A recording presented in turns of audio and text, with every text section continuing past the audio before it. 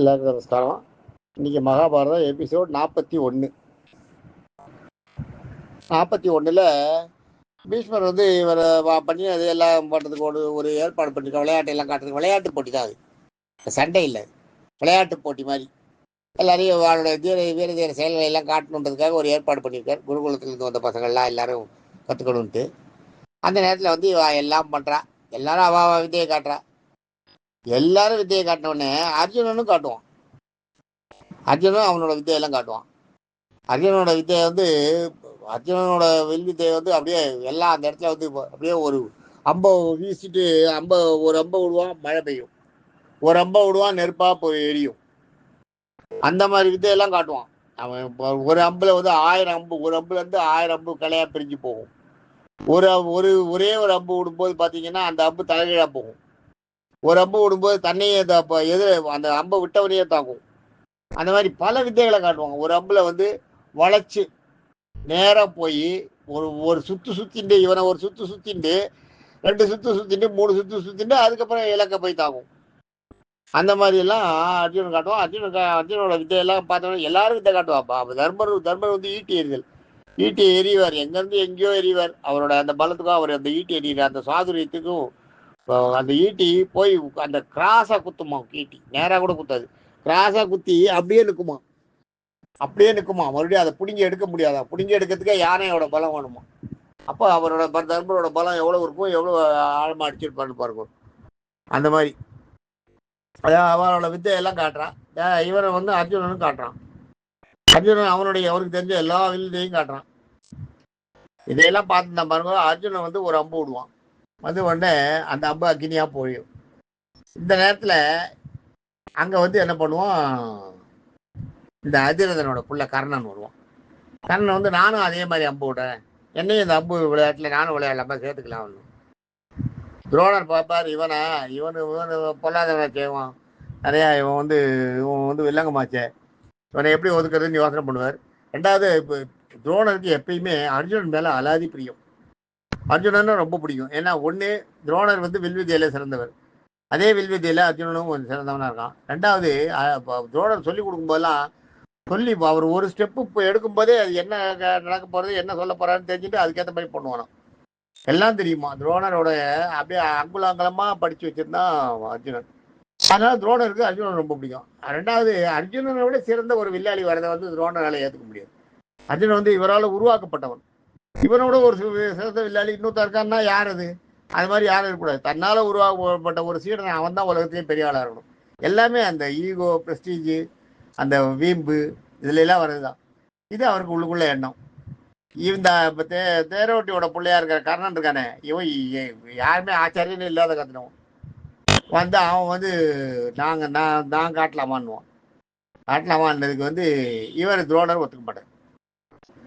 துரோணர் என்ன பண்ணுவார், நீ யாரு, நீ உன்னுடைய குலம் கோத்திரங்களை எல்லாம் சொல்லு அப்படின்னு சொன்ன உடனே இவன் வந்து வெக்கப்பட்டு, உனக்கு அப்பா யாரு அம்மா யாருன்னுவான்.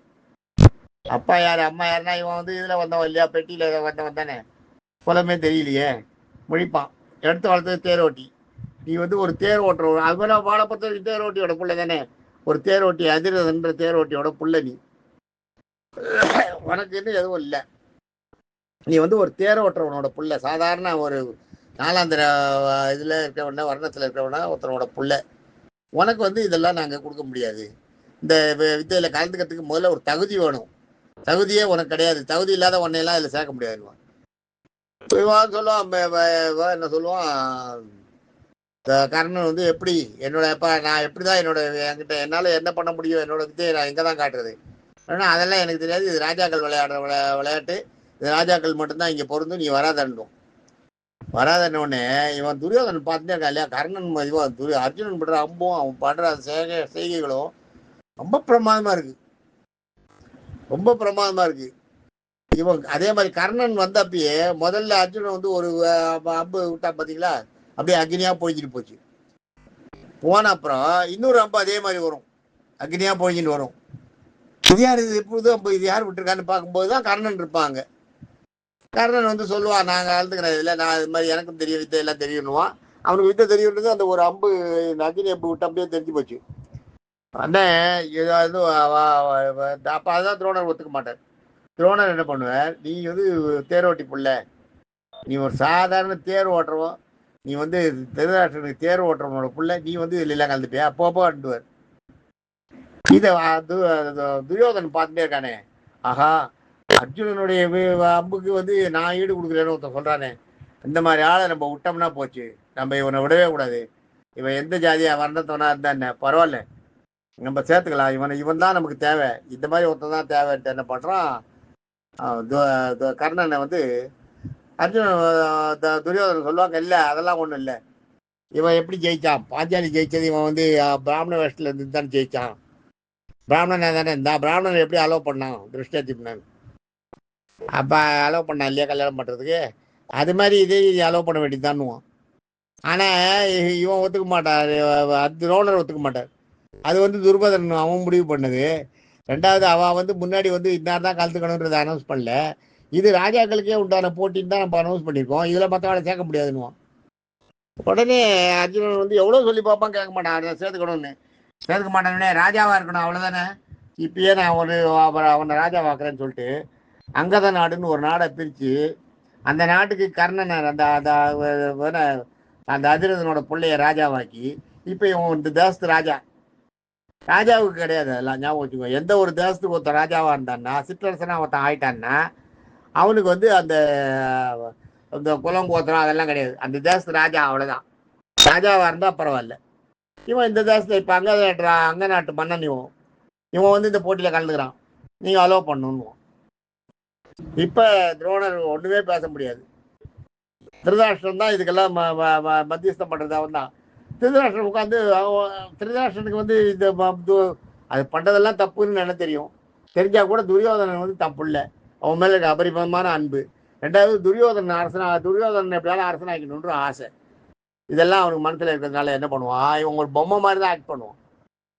பேருக்கு தான் இவன் ராஜான்னு உட்காந்துருப்பானே ஒழிய, ஏற்கனவே அபிஷேட்டிங் ராஜா தான் இவன், அபிஷேட்டிங்காக உட்காந்துருப்பானே ஒழிய, துரியோதனன் என்ன சொல்றானா அதுதான் இவன் செய்வான். இதை அவன் வந்து ரொம்ப கஷ்டப்பட்டு செஞ்சுட்டே இருப்பான், எல்லாத்தையும் பண்ணிட்டு இருப்பான். அவர் சொல்றதெல்லாம் கேட்டு கேட்டு இப்படி அப்படி அப்புறம் அது இது எல்லாத்தையும் சொல்லிட்டு இருப்பான். இதே மாதிரி பண்ணிட்டு இருக்கும்போது இந்த துரியோதனன் வந்து, ஆனால் துரியோதனன் தனியாக சொல்லுவான், நீ இதை மாதிரிலாம் பண்ணாத, அதுவும் இருக்கும். ஆனால் துரியோதனன் பண்ணுறதை வந்து இவரால் எதிர்த்து அதெல்லாம் இல்லை, நீ பண்ணுறது தப்புன்னு சொல்ல வராது, வாய் வராது. சொன்ன உடனே என்ன பண்ணுவான், அங்க நாட்டை பிரித்து கொடுத்து அங்க நாட்டுக்கு கர்ணனை ராஜா வைக்கிறோம். கர்ணனை ராஜா வைக்கிறோம். இப்போ இவன் ராஜா, இவன் அந்த போட்டியில் கலந்து பண்ணுவான். இது வந்து கர்ணனுக்கு வந்து அவனுக்கு சரியான நேரத்தில், ஆபத்து நேரத்தில் உதவினவனா ஆயிடுறான். இந்த நன்றியை தான் கர்ணன் வந்து கடைசி வரைக்கும் துரியோதனுக்கு அந்த நன்றியை செலுத்தி பாரத போரில் வந்து அவன் வந்து பாரத போரில் கௌரவர் சைடில் கர்ணன் இருக்கிறதுக்கு இது ஒரு காரணம், முக்கியமான காரணம். இது ஒரு சாதாரண தேரோட்டியாக இருந்தவனே ஒரு நாட்டுக்கு ராஜாவாக்கி அந்த இடத்துல இவனோட கௌரவத்தை காப்பாற்றுறான் இல்லையா, அதுதான் சொல்லுவான். பின்னாடி இப்போ வந்து பிற்காலத்தில் வந்து கர்ணன் வந்து கேட்பார் இவன்கிட்ட, கர்ணன் வந்து கேட்பார், குந்தி வந்து கேட்பா, கேட்கும் போது கூட இதுதான் சொல்லுவான். அது அப்புறம் அது வரும்போது சொல்கிறேன். இது என்ன பண்ணுவா, இது வந்து இவன் சொல்லுவான். சொன்ன உடனே வங்க நாட்டு ராஜன் இப்போ நான் சொல்கிறேன், அங்கதேசத்து ராஜா கர்ணன் வந்து இந்த போட்டியை அவரும் இந்த போட்டியில் கலந்துப்பார், இந்த விளையாட்டு போட்டியில் அப்படின்னு துரியோதனன் சொல்லுவான் பாருங்க. சொல்லிட்டு அந்த அந்த விளையாட்டு மைதானத்திலேயே அந்த இடத்துலயே ஒரு கிரீடத்தை கொண்டு வர சொல்லி முடிசூட்டிடுவான். அந்த அந்த மண்டபத்திலேயே, அது வந்து விளையாட்டு போட்டிக்கான இடம், அந்த இடத்துலயே இவனை வந்து அங்க நாட்டுக்கு அரசனா அந்த கர்ணனை முடிசூட்டி அவனை அதை ஒரு கிரமத்தோட பொடிவு பண்ண வச்சிருவான். யாகங்களை வளர்த்து அந்த இடத்துல எல்லாம் பண்ணி அவனை அங்க நாட்டு அரசன் ஆக்கிடுவான். இப்போ இவன் போட்டியில் கலந்துப்பான். இப்போ என்ன பண்ண முடியும் அப்படின்னோடனே துரோணர்லாம் முடிப்பார், என்ன பண்ணுறதுன்னு தெரியாது. ஆனால் திருதராஷ்டிரன் ஓகே இப்போ பண்ணலாம், அவனும் அந்த போட்டியில் கலந்துக்கலான்னு. ஏன்னா திருதராஷ்டிரனுக்கு வந்து இப்போ பிள்ளையோட மைண்ட் என்னன்றது தெரியும் இல்லையா, அப்படி ஒன்று சரி ரைட்டு பண்ணிட்டோம் கலந்துக்கிட்டோன்னுவான். துரோணர் போடு சொன்ன அப்புறம் கர்ணனும் இந்த வித்தை எல்லாம் காட்டுவான். கர்ணன் ஒரு பக்கம் விட, அர்ஜுனன் ஒரு பக்கம் விட, அம்பு மழையாக இருக்கும், ஒருத்தர் தோக்கடிக்கிற மாதிரி ரொம்ப நன்னா போயிட்டு இருக்கும், ரொம்ப நன்னா எல்லாம் பண்ணிட்டு இருப்பான். இது வந்து எத்தனை நாளானாலும் முடியாது போல இருக்கு இவாளுக்குள்ள இருக்கிறது. அந்த அம்பு வித்தையில வந்து இவன் அவனை ஜெயிப்பான், அவன் இவனை ஜெயிப்பான், இப்படியே போயிட்டு இருக்கும்.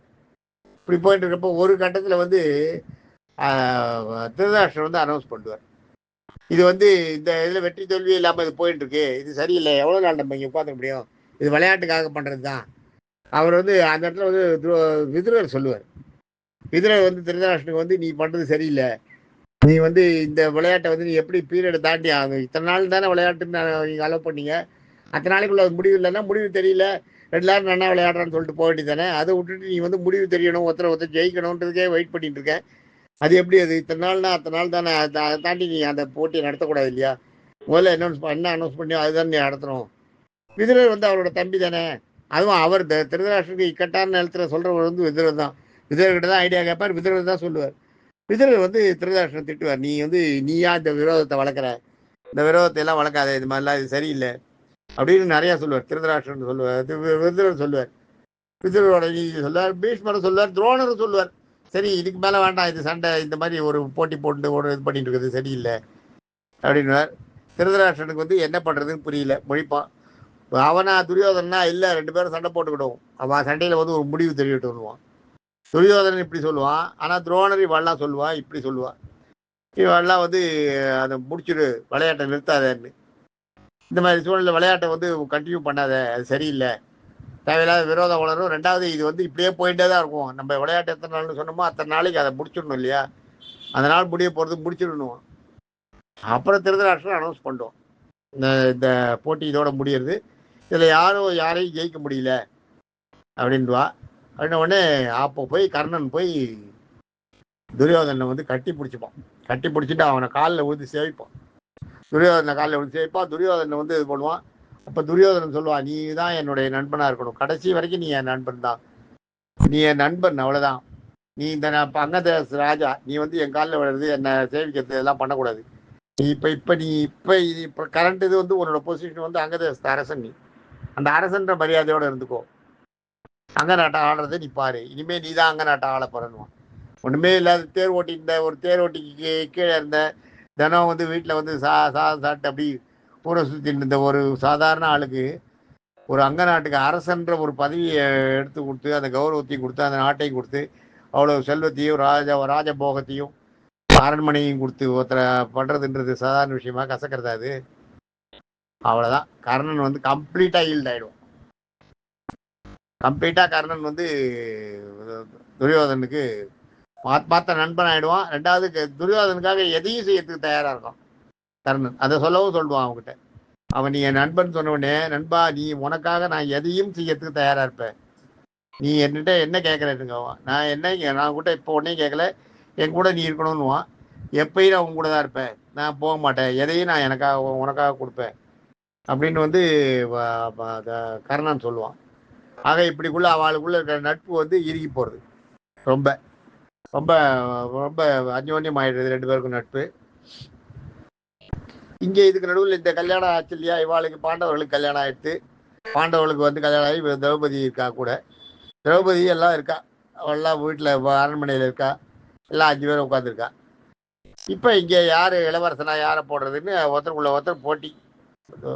தர்மரா தர்மரை தான் போடணும்னு பீஷ்மர் சொல்லுவார், தர்மரை தான் பெரிய பிள்ளை, அவனுக்கு தான் பண்ணணும்ன்றார்.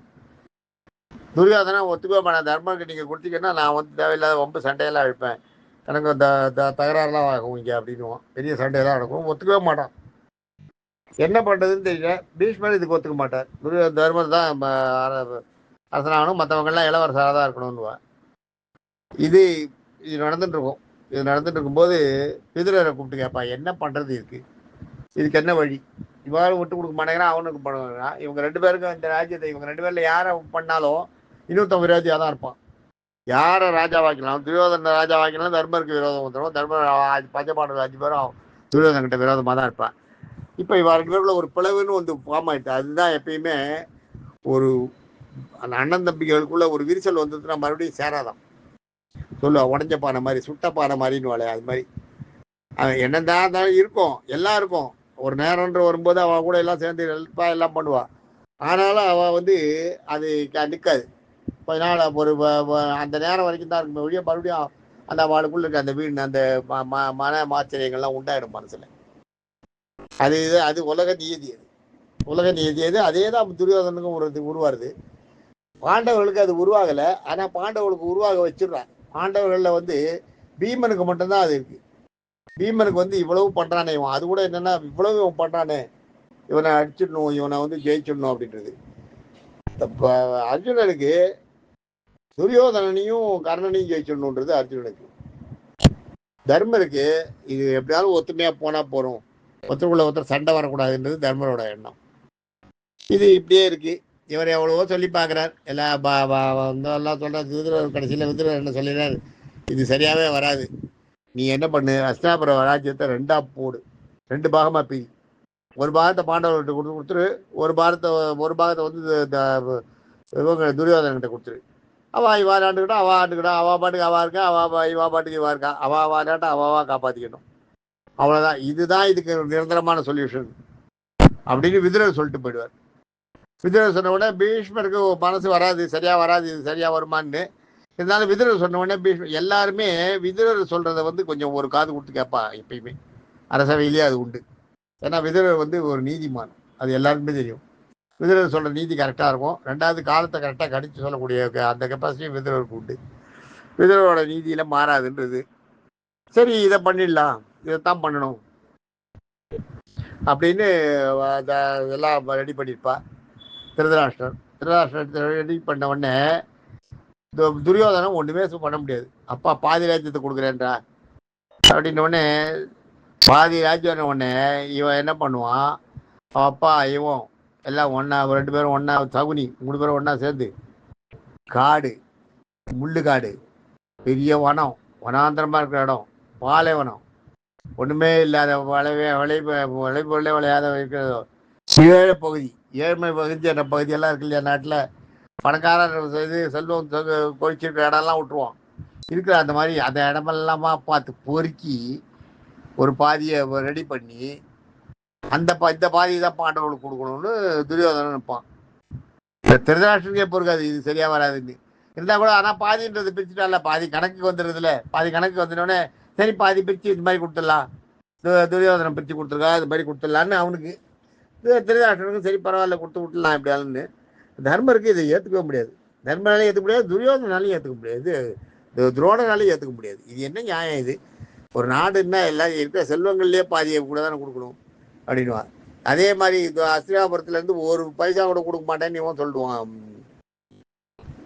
துரியோதனன் சொல்லுவான். துரியோதனன் சொல்றது தான் அங்கே சட்டம். சும்மா தான் திருதராஷ்டிரர்கிட்ட மூலமா திருதராஷ்டிரன் சொல்லி இங்கேருந்து ஒரு பைசா கூட அவளுக்கு கொடுக்கூடாது, காசுன்ற பேச்சே கிடையாது.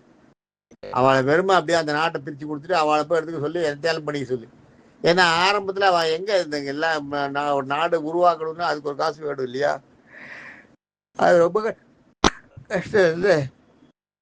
அதனால முதல் படம் அவளுக்கு யாரும் கொடுக்கூடாது, நான் கொடுக்க மாட்டேன், இந்த நாட்டில இருந்து கொடுக்க மாட்டேன்.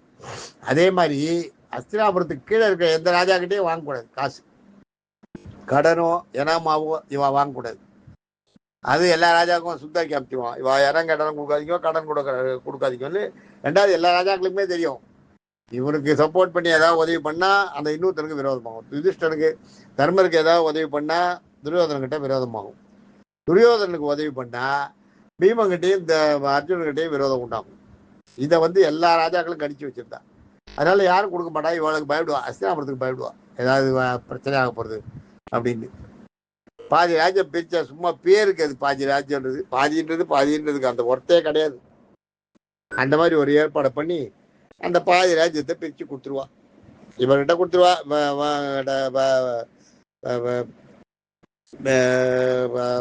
தர்மர்கிட்ட கொடுப்பா. தர்மர் வந்து இந்த நீதி நியாயத்துக்கு கொஞ்சம் கட்டுப்பட்டவர். சரி ஏதோ ஒன்று வாங்கிட்டு நம்ம வந்து ஒருத்தருக்குள்ள ஒருத்தர் சண்டை இல்லாத போயிடலாம், சண்டையை தவிர்க்கணும்னா ஒத்துக்கலாம் அப்படின்ட்டு அவர் ஒத்துட்டுருவார். சரின்னு ஒத்துட்டு அந்த இடத்த வாங்கிட்டுருவார். காண்டவ பிரஸ்தம்னு ஒரு இடம், அதில் அந்த இடம் காண்டவ பிரஸ்தம், அதுதான் இன்னைய டெல்லி. இன்னைக்கு இருக்கிற டெல்லி வந்து காண்டவ பிரஸ்தம் தான். அந்த பாரத காலத்துல நேரத்தில் வந்து காடு வயலும் ஒரே பாம்பும் முள்ளு புதரும் காட்டு மிருகங்கள்லாம் வசிச்சுட்டு அந்த மாதிரி ஒரு இடம். அது பெரிய இடம், பெரிய ஏரியா, அவ்வளவும் நெருப்பா காடாவே தான் இருக்கும், எல்லாமே காடு தான், காட்டு பகுதியை தான் கொடுத்துட்றான் இவருக்கு. இவா சரி ஏதோ ஒன்று நம்ம கொடுத்தாலேட்டு தர்மம் வாங்கி விடுற, காட்டு பகுதியை இவ முன்னேற்றணும். அடுத்தது நாளைக்கு எபிசோடில் மீதி என்னன்றதை பார்ப்போம். தேங்க்யூ.